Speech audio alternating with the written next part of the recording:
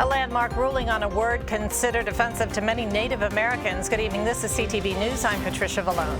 And I'm Byron Scott. A major ruling for the sports industry and indigenous groups across the country. The Washington football team loses its federal trademark registration. And this happened today. The United States Patent Office says the burgundy and gold trademark name and its logos are, quote, disparaging of Native Americans. The case, Black Horse versus Pro Football Incorporated, was filed in 2006 by 5 individuals representing Native Americans. We spoke with people on the street today, and here's what they had to say.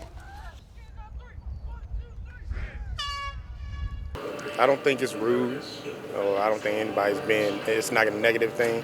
It's actually a positive thing, that the fact that you're actually, you're memorializing the people who were here first, the Native Americans. So I don't think not too much of it. I think it makes sense to me.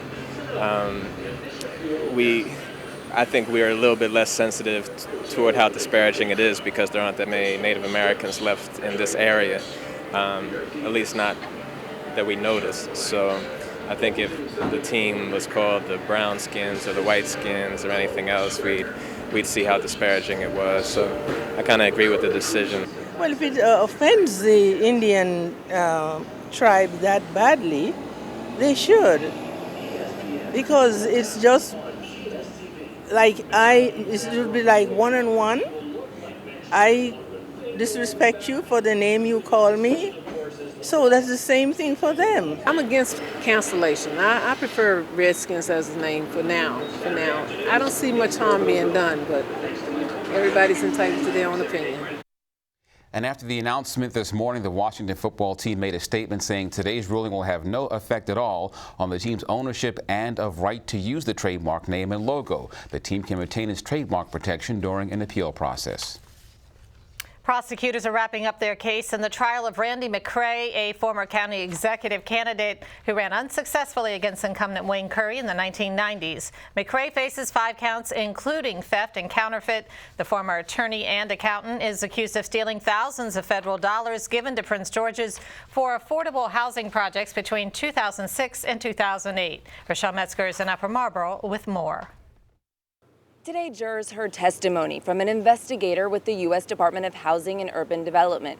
He and prosecutors used a neatly organized, color-coded chart and bank statements from multiple banks to show how they say Randy McRae managed to dupe both Prince George's County and an investor out of $50,000.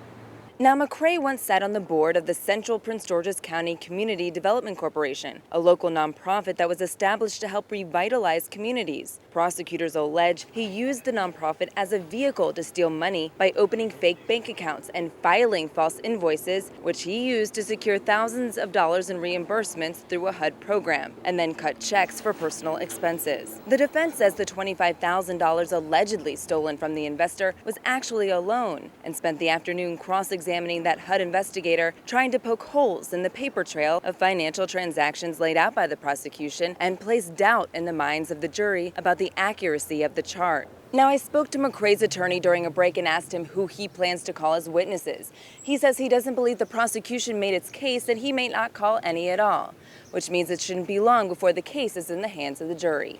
In Upper Marlboro, I'm Rochelle Metzger, CTV News. And McRae faces up to 65 years in prison if convicted. Murder, stabbings, kidnapping, and racketeering. Those are just some of the charges facing members of the notorious M13 gang in our area. A federal grand jury has returned a second indictment, adding 4 more alleged gang members to the original charging document. Now, this happened yesterday in federal court in Greenbelt. Investigators say 8 alleged members of the gang face charges for crimes committed in Montgomery and Prince George's counties from as early as 2008 to 2014, including sexual assault and stabbings that were committed behind bars. A 9th alleged member of the gang has pleaded guilty. All defendants are in custody. Well, it's expected, I should say, to create jobs and become an economic boost for Prince George's County. And tonight, officials are moving forward with plans to bring a casino to the area. Our CTV's Stephen Graves is here to tell us more. That's right, Byron, Patty. This is a huge deal for the county, and Prince George's leaders are calling it a game changer for both businesses and residents in our area. Yesterday, County Executive Rashawn Baker announced the signing of a historic deal with MGM Resorts International. The community benefits agreement, as as it's called, lists plans for creating jobs. It also ensures contracting for local businesses and educational opportunities for students and employees. This is a major employer that's coming to our area, and employers can come and not necessarily become a part of the fabric of the county. So it was really important for us to make sure that something this large and a company this international was a part of that. So it was essential to us to make sure that a significant number of county residents are employed there. It's really essential that we grow our commercial tax base.